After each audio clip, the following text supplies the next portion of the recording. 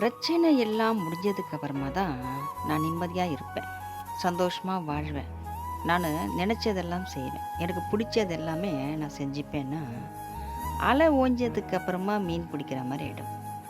கடலில் அலை ஓயே போகிறதில்ல. ஓயவே ஓயாது ஒரு நாளும். எப்போவுமே அது அலை வந்துகிட்டே தான் இருக்கும். அதுக்காக மீனவர்கள் போய் மீன் பிடிக்காமல் இருக்காங்களா? அந்த அலை அடிக்கிறதுலையும் ரொம்ப போராடி தான் போய் அவங்க மீன் பிடிச்சிட்டு வராங்க. அது மாதிரி தான் நம்ம வாழ்க்கை.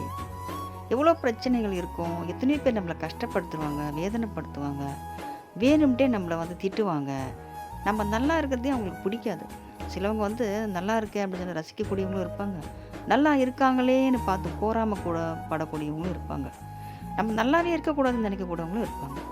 இவங்களுக்கு மத்தியில் நம்ம எப்படி தான் அப்போ நம்ம பிடிச்ச மாதிரி வாழ்கிறது?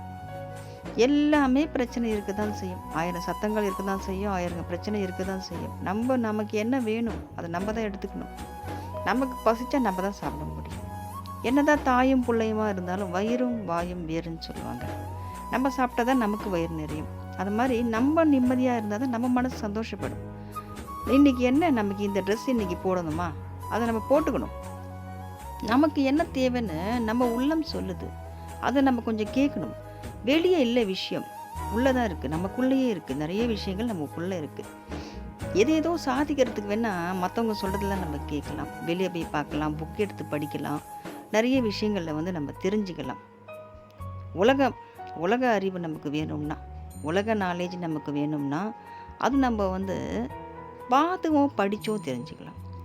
நமக்கு என்ன வேணும்னு நமக்குள்ளே தான் இருக்குது. நம்ம தான் அதை தேடி கண்டுபிடிக்கணும். நம்ம போய் ரொம்ப அலைய வேண்டாம்.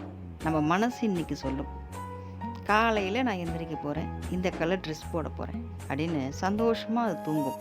அந்த மனசை சந்தோஷப்படுத்துகிற மாதிரி காலையில் நம்ம அந்த ட்ரெஸ்ஸே நம்ம அணிஞ்சிக்கணும். அதே மாதிரி எனக்கு இந்த உணவு பிடிக்கும், சாப்பிட்ணும் அந்த உணவு நான் அப்படின்னு நினச்சா நம்ம அந்த உணவு சாப்பிடுவோமே. நமக்காக நம்ம வாழ்கிறோம், மற்றவங்களுக்காக நம்ம ஏன் எல்லாத்தையும் விட்டு கொடுத்து நம்ம வாழ்க்கையை போகணுமா? இன்னும் ஒரு பிறவி இருக்கான்னு தெரியல, உறப்போமா தெரியல, இனி வர காலம் எப்படி இருக்கும்னு தெரியல, இல்லை இப்படியே தான் நம்ம காலம் ஓடிடுமான்னு தெரியல. இதெல்லாம் எதுவுமே தெரியாது. அப்படி இருக்கும்போது நம்ம வாழ்க்கை நம்ம கையில் இருக்குது.